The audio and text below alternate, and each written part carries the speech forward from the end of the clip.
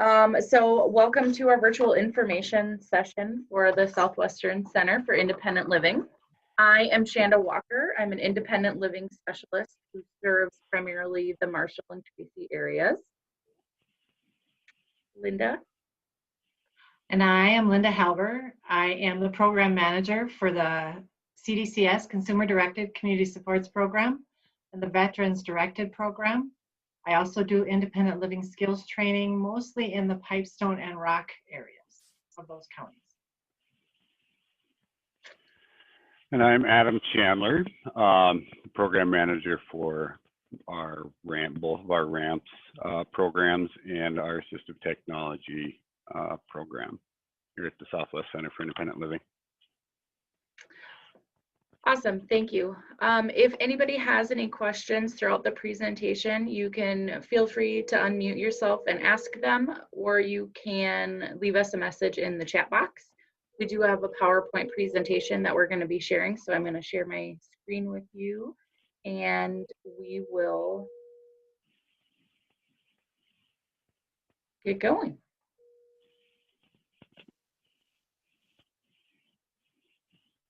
Okay, again, thank you for joining us. We are happy that you are here to learn more about our services. So SWCIL staff are dedicated to responding to the ever-changing needs of persons with disabilities in southwestern Minnesota. We work to promote societal acceptance, inclusion, and equal access for all. We work with individuals across any disability and all age ranges, from children all the way up through adulthood. Our primary service area is a 10-county region in southwest Minnesota, this little purple area here. So the counties that we primarily serve are Cottonwood, Jackson, Lincoln, Lyon, Murray, Nobles, Pipestone, Redwood, Rock, and Yellow Medicine. Some of our services do only reach to those 10 counties. Some of them do reach out a little bit further depending on the service area, and some of them are only in specific counties within the service area. It depends on the program, and we will discuss that with you here as we go along. So, as I mentioned before, the Southwestern Center for Independent Living offers a wide array of services for individuals, businesses, or communities. And any person, any age, with any disability can receive our services. So one of the things that makes the Southwestern Center for Independent Living unique is that an individual can self-disclose that they have a disability in order to receive services. So it's not quite as stringent as some of the other services that individuals may need to receive, medical documentation or a specific medical referral. Again, as long as they are self-disclosing that they have a disability of any kind, they are eligible for our services. And the majority of our services are free to the consumer, though there are some fee-for-service programs that we will discuss. Many of those can be paid for through county waivers or different grant programs. And we'll discuss those as we go along. So this slide just lists different services that we offer. The independent living skills training is one of our primary services that we do throughout our entire 10-county service area.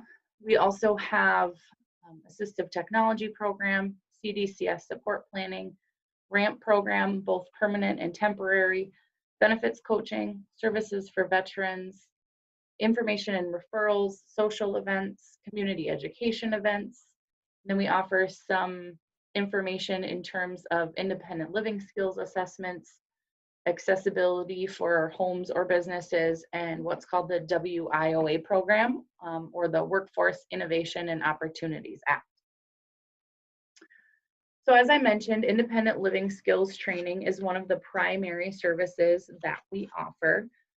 Myself, along with the other independent living specialists throughout our region, can focus on or work on any of the skills listed: communication, education or training, employment, finances, personal growth and self-help, self-care and daily living, transportation or youth transition services.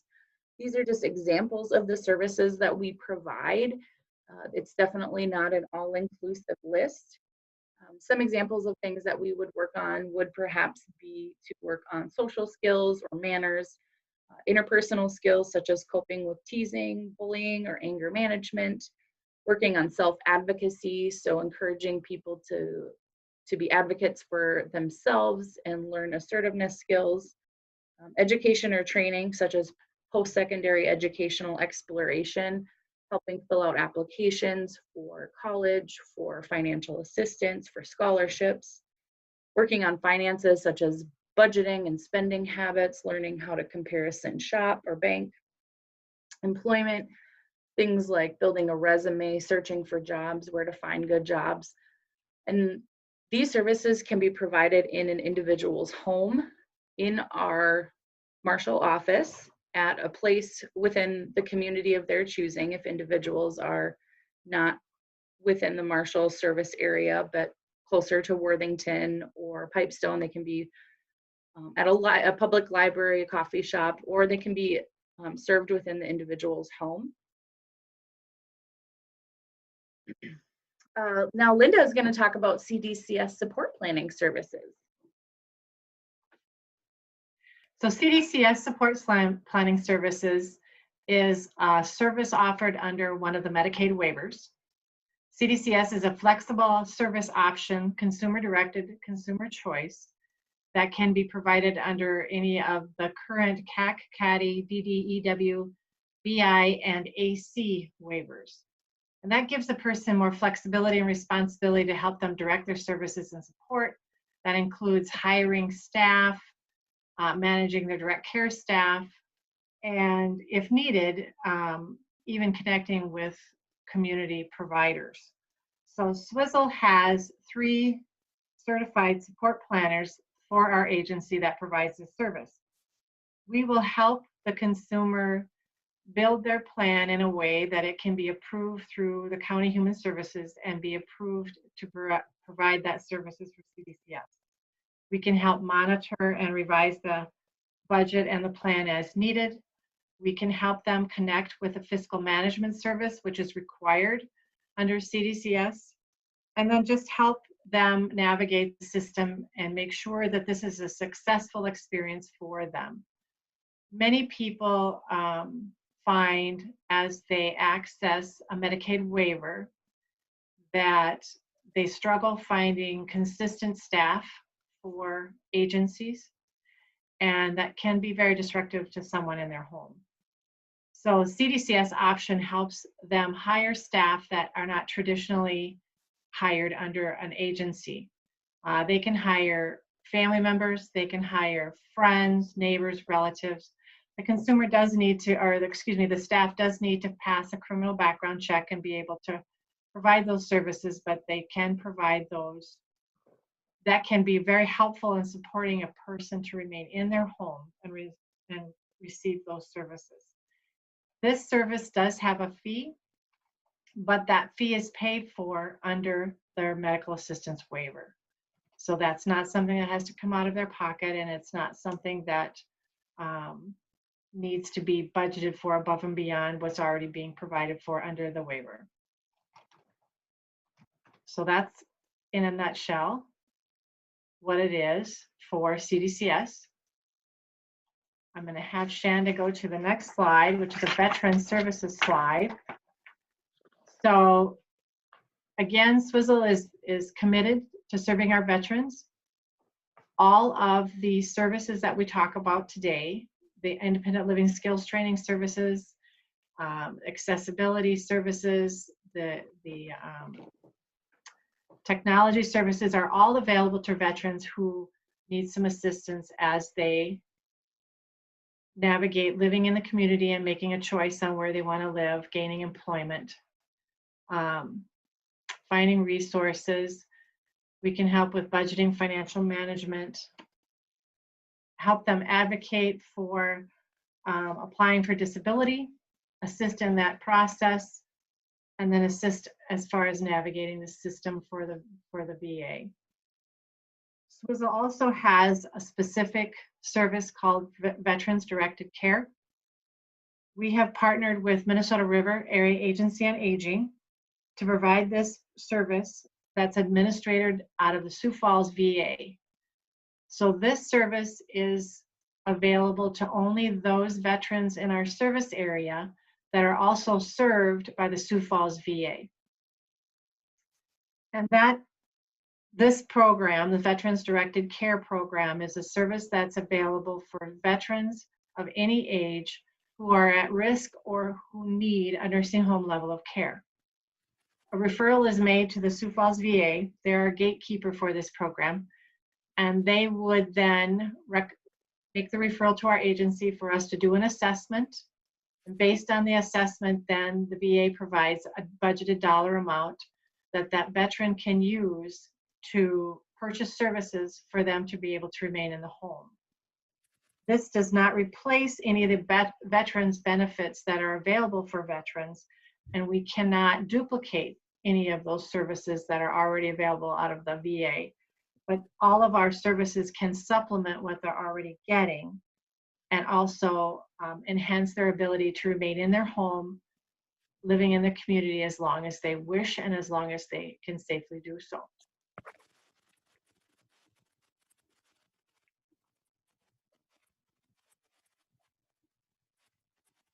So I'm going to send that back to Shanda, unless there's any questions or comments. Yes, thank you. And again, I did post in the chat box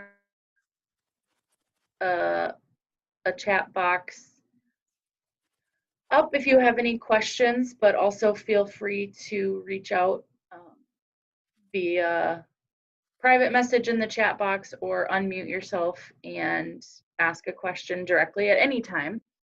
Otherwise, we're going to move on to some of Adam's programs, starting with the RAMP programs. Thank you, Shanda.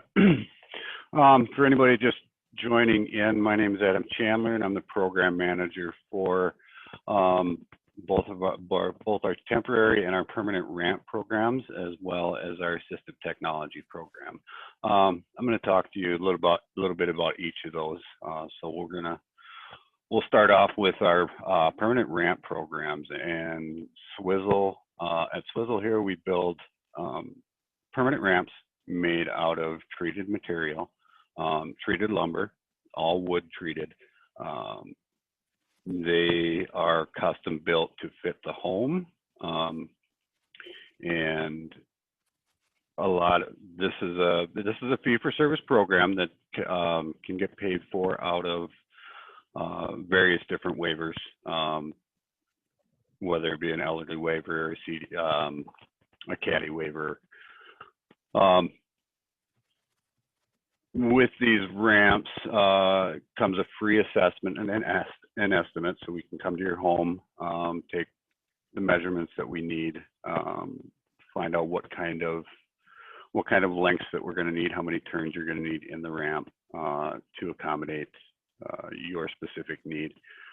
We do our best to try and get these to flat level surfaces like driveways or sidewalks to make it as accessible as possible. There are instances where we need to lay down concrete slabs or stuff like that because we can't get to an accessible location for the landing. But again, these are all ADA compliant with a grippable hand railing, and they can, like I said, they can be paid for through various different waivers. We can look to help you find grant opportunities to help put these up. And these are all modular systems. So, you know, if you are in a home and you are moving to a different residence, we can take that ramp down, move it, modify it to fit your other locations, and set it up at your next residence. So that's pretty much the gist of our our permanent ramp program. Our temporary ramp program is a little bit different. That's for really temporary purposes. We generally lease those on a 90-day rental. That's a rental program on a 90-day rental. It's for, our intended purpose for that is to have an alternative means of accessibility if you're waiting for funding for a permanent ramp, or if somebody is coming out of the hospital after a surgery or an illness and needs something just for a couple of weeks or a couple of months, and then they'll be done with it. We do have the temporary ramp program to help accommodate that. So it cuts down a lot on cost to the consumer, not having to put up a permanent ramp that can easily cost thousands of dollars. So our temporary ramps are, like I said, on a 90-day rental. It's $150 setup, one-time setup and takedown fee. And with that, there is a $50 a month rental fee for the ramp. After that 90 days is up, we will come back and reassess. If you feel you still need a ramp after that first 90-day lease, we'll come back and reassess and determine whether we can leave the ramp, whether we should leave the ramp up or look for more permanent options. Those ramps we can make those ramps anywhere from 4 feet long to 40 feet. They're, I think, one of the biggest ones we put up was almost 50 feet long. They're made out of 6-foot tread lengths, so they're highly customizable. We do have suitcase ramps and more portable stuff. If you are going on a vacation to meeting up with family members at their home and you don't have accessibility to that home, we do have more portable options that you can throw in the trunk of your car and take to your son's, daughter's, brother's, sister's house or whatever you need it for, and install it for a day or the weekend or a week and bring it back when you're done. And those suitcase ramps, they don't have the same $150 setup fee that the other aluminum ramps that are larger aluminum ramps have. So you would just pay for the rental fee for as long as you had it. So if there are any questions on our ramp programs, I will take those now.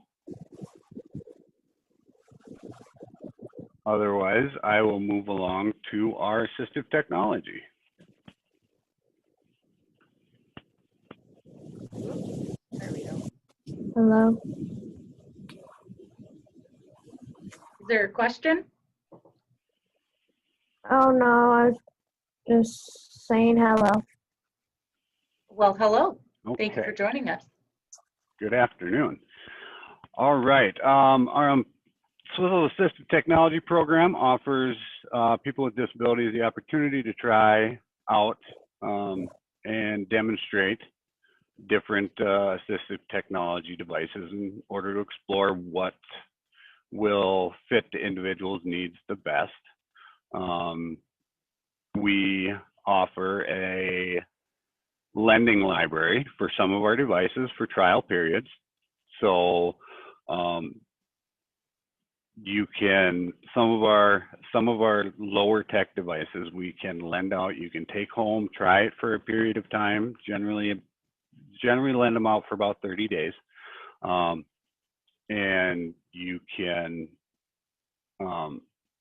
try out the device, see if it works for you, get to know it, get to know how it works, and from there, after you've tried it out for a period of time, you can decide if this is something that that you could utilize on a daily basis, and then at that point, we can help you.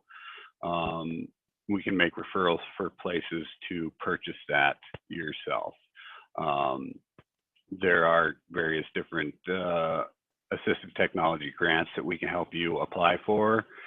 There are some different waivers, not all waivers, but some different waivers will pay for AT devices, and different waivers pay for different kinds of AT devices. So, but that's something that we can help you work through as well.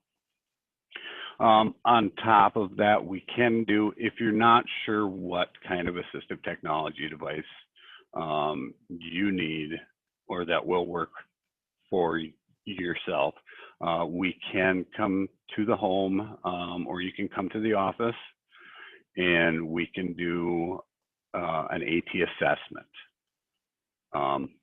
And with that, we'll kind of go through some of the things that some of the indicators that will help us discover the best assistive technology device that we can find for you. And from there, we can we can have a process of trying out different devices and lending different devices until we find one that fits your needs. So that's our assistive technology program. Like I said, we have low-tech devices such as just extended reach arms, canes. We have more high-tech devices like iPads with various different apps on it. We have AAC devices. We have devices for hearing loss. We have devices for vision loss. So we have quite a selection. And if you have any questions on what we have or what we can get a hold of, we are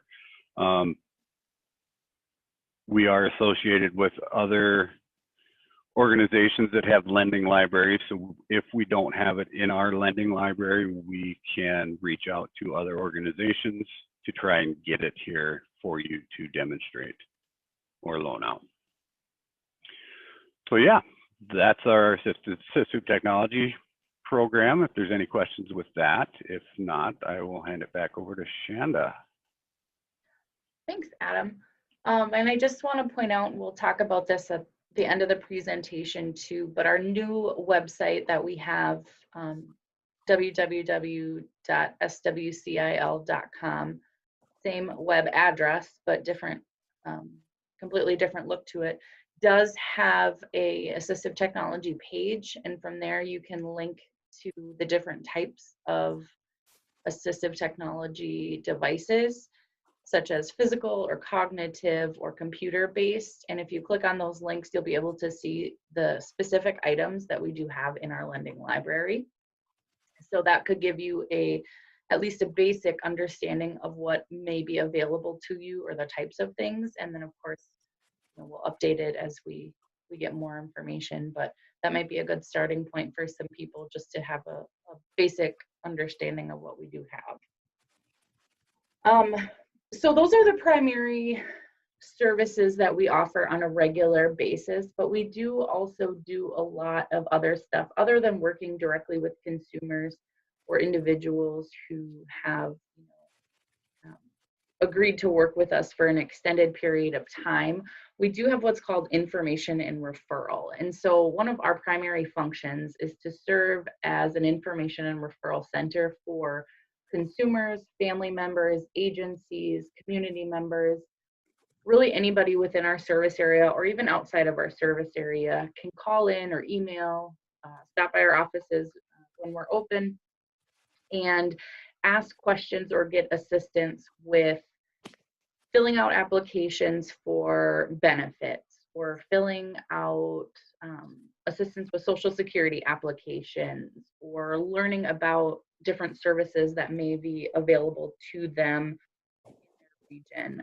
Perhaps they have questions on grants or funding available. Perhaps it's a parent or a guardian or an agency who has questions about some of even just the services we offer or the assistive technology program.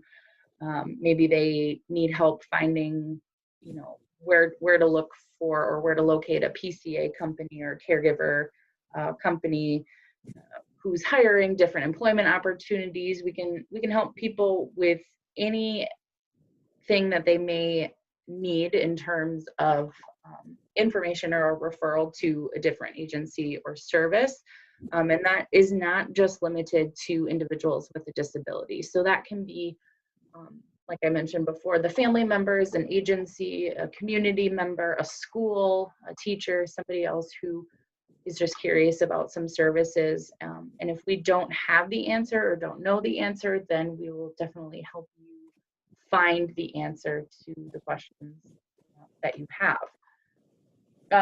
One of another services that we offer, which is a specific referral and fee-for-service program. So again, that fee-for-service meaning that this particular service would be fee-based, but typically provided through another agency, whether it be vocational rehab services or what have you.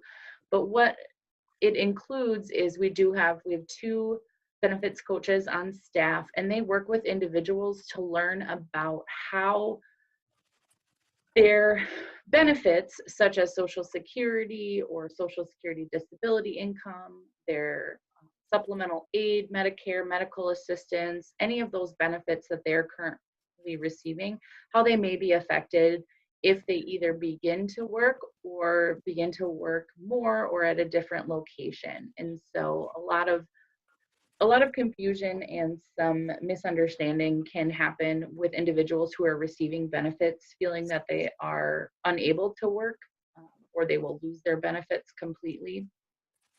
So our benefits coaches help them navigate that, along with learning how to use the website called DB 101 in order for them to input their information and again learn how those benefits may or may not be affected by their work.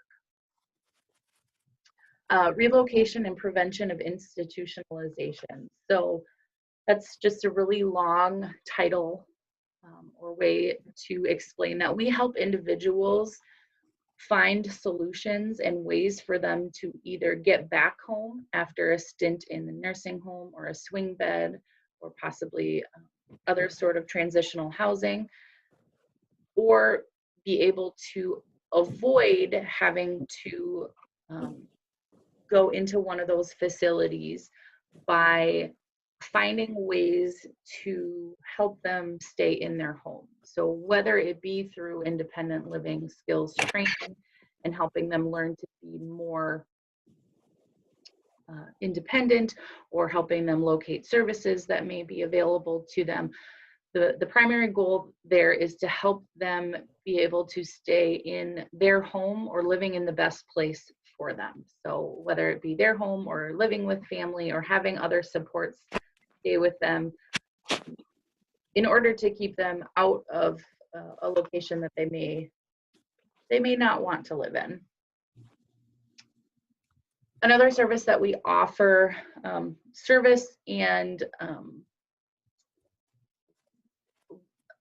involvement that we have, is the advocacy work that we do. So we provide advocacy services on an individual, community, and systems level. So consumers or individuals out in the community can, again, request assistance with advocacy. So perhaps they, like I mentioned before, would like assistance with the Social Security, either the application process or perhaps an appeals process. We can help them advocate for themselves on that. We can also provide advocacy and assistance for attending IEP meetings at a school, team meetings for individuals who work for a DT&H. We also serve on a wide range of committees. So we serve on the Citizens for Accessibility. We serve on community transition interagency committees, the Department of Human Services EIDBI advisory group. We serve on local transit boards, the Minnesota State Council on Disability. We work with the Southwest Regional Development Commission. Again, we try to attend and represent the disability community at all of these either committee meetings or councils or advisory boards in order to make sure that the disability community has a voice, especially when certain decisions are being made about infrastructure or policy changes that may affect individuals in the disability community. We also provide independent living skills assessments. What an independent living skills assessment does is it helps identify the areas of potential growth or types of ongoing assistance that may be needed for an individual, again, to live that independent lifestyle and continue living at home or continue living within the community. Again, this is a fee-based service. Waivers can pay if an individual is on a waiver. Different payment options are available, so it does not cost to the consumer themselves. So it's a little bit longer process, but it's more detailed from start to finish. Our staff members will come into the home and observe the individual doing different pieces of their daily life. So how well are they able to prepare meals for themselves, clean their homes? How are they getting to and from work or appointments? How well are they able to keep up with laundry? How are their social skills and their personal hygiene skills, their food preparation? And from there, it turns into essentially a report that is generated, again, by the SWCIL staff to present how well this individual is able to live independently and perform those independent living skills.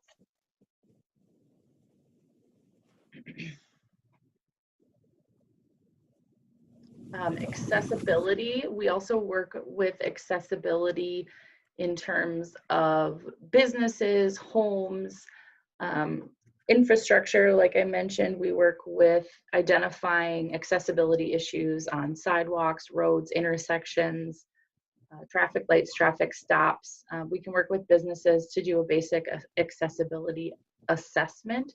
So if you're concerned that your business may not be disability friendly or ADA compliant, we can certainly come in and make some notes for you to identify some changes that could be made.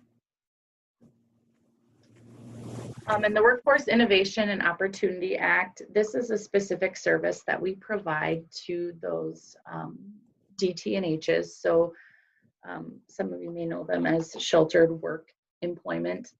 But basically, we go in and talk to the individuals who are employed by these locations, and we discuss with them opportunities that they may have for employment. So that could include anything from finding different opportunities within the location they are already at, or working outside in the community in what's called competitive integrated employment. And that just means that we are giving all of these employees of these facilities the opportunity to be employed at a competitive wage, which we consider to be above the federal minimum wage, whatever that is at that time that we are doing those specific meetings. And each individual agency that hosts this will coordinate with us specifically for our staff to come in and discuss these options with their employees. So this is something that you can request on your own, but typically this is going through the site that they work at and are performing and setting up those site visits, we call them. So just a note about the referral process.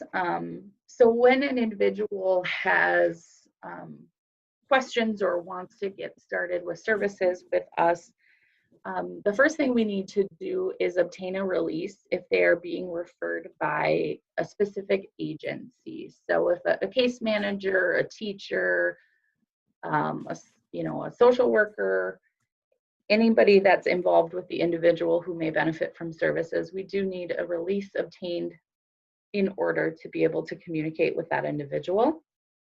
If it is a self-referral, so if you want to refer yourself for services, that is a different story. You would just call our office and we would begin the intake process. So once the referral is received by our office, whether it comes directly to somebody in the administrative office or whoever is on staff at that time, the different referrals get sent to the program managers. For the independent living skills training, that goes to our program manager, Jen Tufson. Her email is jen@SWCIL.com. As Linda mentioned, she is the program manager for CDCS and Veteran Services, so all referrals would go directly to her for those two programs, and for Assistive Technology and ramps, they would go to Adam. Depending on the program, then a staff would be assigned to that particular individual. It kind of depends on the area that they're in, and of course whatever skill they are working on, and how many staff we have available for that particular need or goal that the individual has. And some more kind of fun or different things that we offer. SWCIL does have a variety of social, recreational, and leisure events for people with disabilities. Some of the events that we've hosted in the past, just to give you an example, we had making an I Spy bottle. We have dances a few times a year. We have a coloring club that meets once a month. In the past, we've done making Christmas ornaments. We've done making sensory boards. We've made picture frames for Valentine's Day. So a variety of different activities that we've offered as a chance for, social events. And then we also offer a bunch of community education options. So this is for individuals in the disability community or their caregivers. Some of the past community education events we've hosted, Get the Job You Want. So again, focusing on those employment related skills. Tips for distance learning, so helping individuals learn how to navigate the remote or the distance learning. Safety on social media, helping primarily students learn how to be safe on the internet and social media. And some upcoming community education sessions. Today's virtual information session, of course. There's another one at 5 p.m. We have an ongoing parent support group. They meet monthly, and that's for any parents or caregivers of children of any age with any type of disability. And the first time voter series. So that's coming up with it being election season, learning how to navigate the voting registration, how to research the candidates and the issues, and then where, when, and how you will vote depending on your location. So again, just some examples of upcoming programs. You can usually find different programs in your service area throughout the year. The programming has been a little bit different as of late, so many of our programs are available virtually now, so that people can still join us from home. So that's always an option for you as well. So if you have any questions or comments, feel free again to post them in the chat, or you can call our office 532-2221 or the 1-800 number 800-422-1485. For MN Relay, dial 711. You can email us swcil@swcil.com, or of course, like I mentioned, check out our website or go to our Facebook page, which is facebook.com/SWCIL Marshall MN. You can send us a message through there as well.